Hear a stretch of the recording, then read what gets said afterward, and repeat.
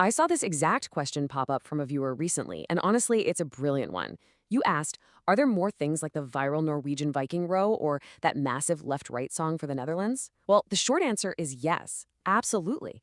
The current World Cup has unleashed a massive wave of these incredible, culturally distinct fan traditions, and we're going to look at them right now. Welcome to this explainer. I've got to tell you, I'm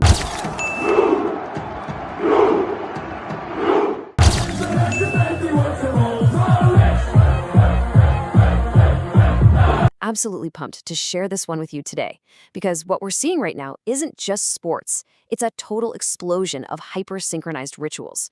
These massive cultural moments are literally spilling out of stadiums and taking over American city streets, escalators, and, believe it or not, even national parliaments. To really understand what's happening, we have to realize that these are not just your standard run-of-the-mill cheers.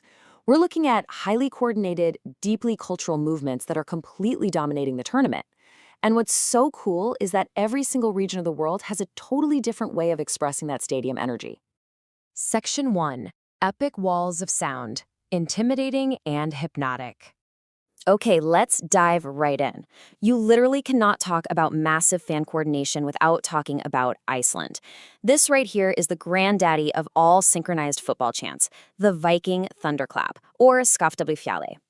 Picture this, the entire stadium goes completely dead silent. Then a single booming bass drum beats once. Suddenly, thousands of fans raise their hands in the air and shout, "Ha!" in perfect, terrifying unison. The drum beats slowly at first, but then it gradually speeds up, building and building until it erupts into this massive wall of sound. It honestly sounds like an ancient army marching into battle, and it's designed to completely intimidate the opposition. In fact, this is the exact ritual that heavily inspired Norway's whole mock rowing craze. But what's super fascinating is how completely different regions build their wall of sound. Just look at this comparison. On the left, Iceland's thunderclap relies on an explosive crescendo.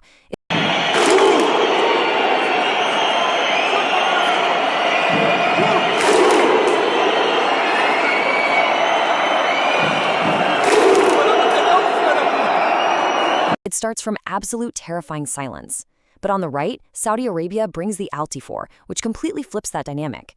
Instead of starting from silence, it's this constant, rhythmic force that brings highly organized Middle Eastern ultra-style choreography right to the stands. Section 2. Traveling carnivals. Massive party vibes. While some countries are all about that pure intimidation factor, the Scottish fans,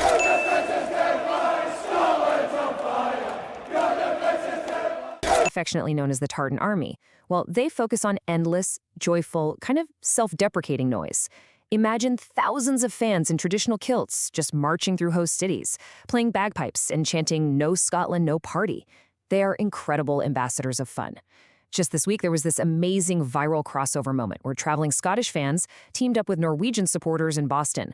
The Scots actually tried to learn the Norwegian Viking Row, and in return, they taught the Norwegians exactly how to drink. Now, jumping back to dive a little deeper into that incredible Saudi Arabian presence we mentioned earlier, it is an absolute masterclass in coordination. Their section is actually led by a megaphone caparigi who stands backward at the very front of the stands. Following his lead, the entire section moves like a single organism.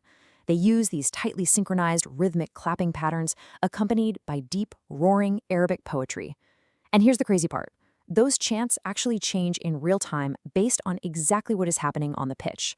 So it feels way less like a party and more like a hypnotic, nonstop wall of sound that literally does not break for the full 90 minutes. So shifting gears from constant walls of sound to pure musical emotion, Mexico possesses one of the most passionate fan bases in the entire world. They treat the stadium like it's a massive concert hall. When the team is defending a lead or just desperately needs a massive emotional lift, the entire stadium links their left arms and begins to sway. Together, they sing the traditional folk song, Cielito, Lindo.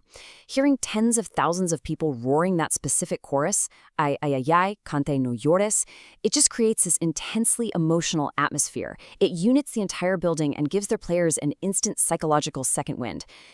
And, while Mexico leans into a beautiful traditional folk song, English sports fans have deeply adopted a track that isn't even an official anthem, Neil Diamond's Sweet Caroline. When England wins a major match, the stadium speakers blast this track and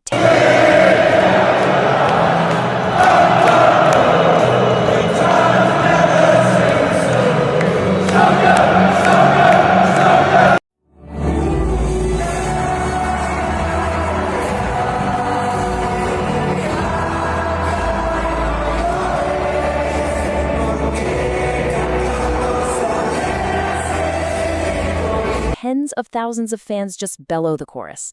I mean, you can perfectly picture everyone screaming, "Good times never seem so good, so good, so good." It's this brilliant, massive moment of pure collective relief and nostalgia washing over everyone in attendance. Section 3.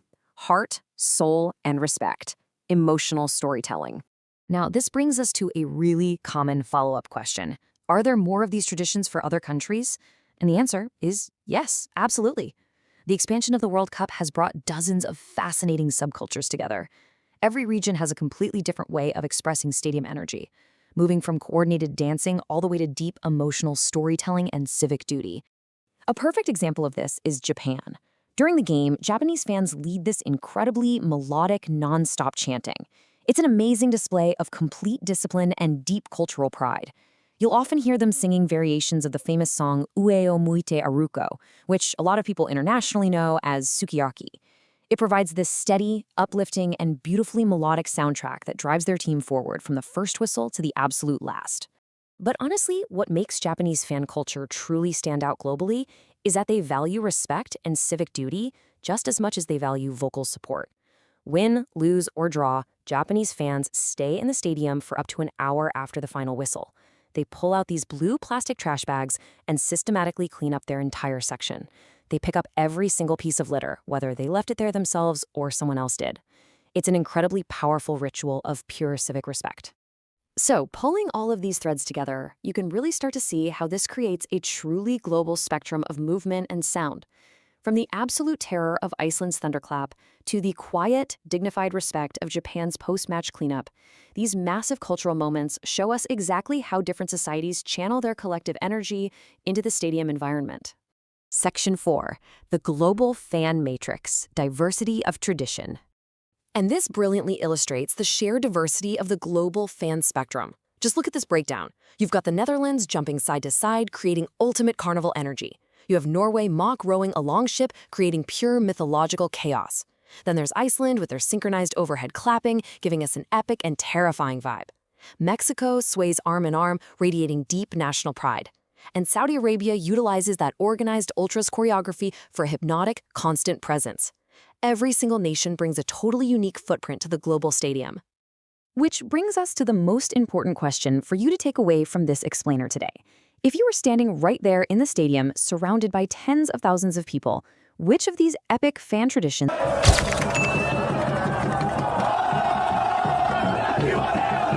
would you most want to join? Would you want to chant Arabic poetry with Saudi Arabia, sing Sweet Caroline at the top of your lungs with England, or do the terrifying Viking thunderclap with Iceland? I highly encourage you to go online and look up video clips of these massive cultural moments. They are truly something to behold.